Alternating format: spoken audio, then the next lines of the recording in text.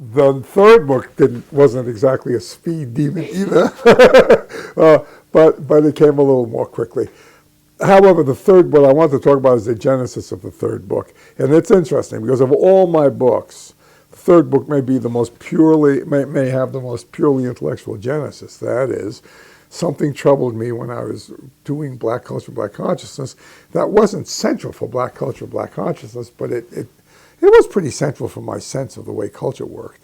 And that is, I read white, blackface minstrel shows, and just to get a sense of how whites were, because I knew about minstrelsy, but I had never read, so now I read some. And I was quite impressed and surprised by the ubiquity of Shakespearean parody. When was Desdemona most like a ship? When she was moored. And they got very positive responses to things like that. Hamlet tells Ophelia, get thee to a brewery rather than get thee to a nunnery. Well, you know, there's a lot of that. And I wondered, why would they laugh at that? Because I came at this with my own 20th century consciousness, that Shakespeare was tough going. When we read him in school, we had footnotes, fardels. We had to know what fardels were, you know. And he was difficult, and he was a supreme playwright. Very hard to understand, very difficult to comprehend. And when you could understand him, when you could comprehend him, you could be proud of yourself, et cetera, et cetera. He was for the few and not the many. He was culture and not just entertainment.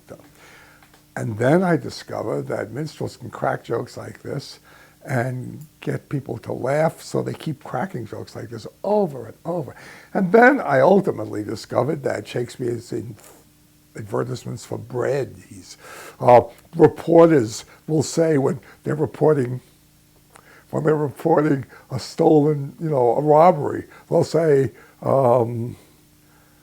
what's that famous Shakespearean quote about, you know, the purse 'twas mine, 'tis his, and the slave to thousands. He who robs my purse robs nothing, you know, et cetera.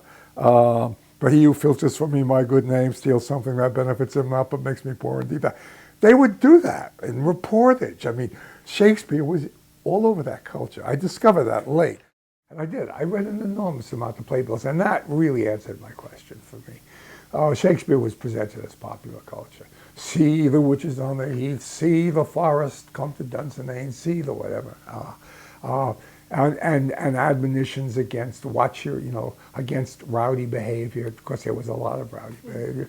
That is, the masses were going to the theater.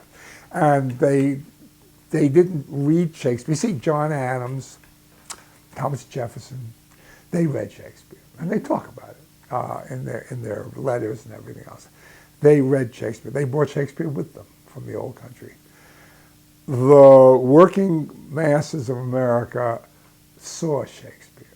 So the whole notion of visual culture, you know, they went to the theater. It was a popular entertainment. As they did in Britain.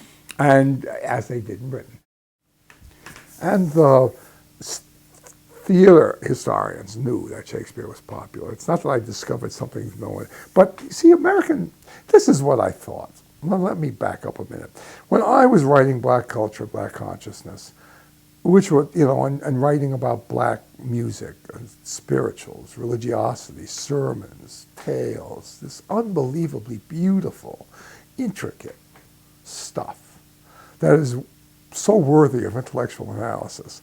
And when I was doing that, I was a little angry that American historians hadn't done this a long time before, and that some of them still didn't think it was worth doing, you know, for whatever reasons, and that it was easy, and that it wasn't real intellectual history. But I wrote it off as, oh, well, it's Black. That's why it's Black. You know, they're too busy doing the white stuff.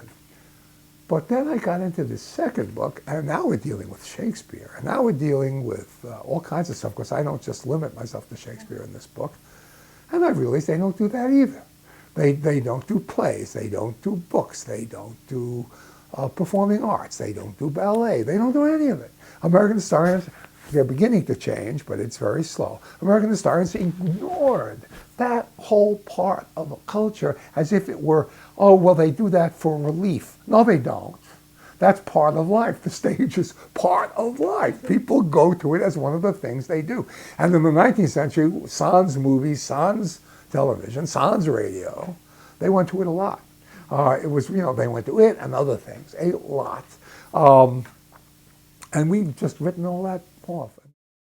So once I came to the conclusion that indeed Shakespeare was part of popular culture, and it was very hard for me to come to that conclusion because it refuted so much of my own thought about how Shakespeare worked and culture worked,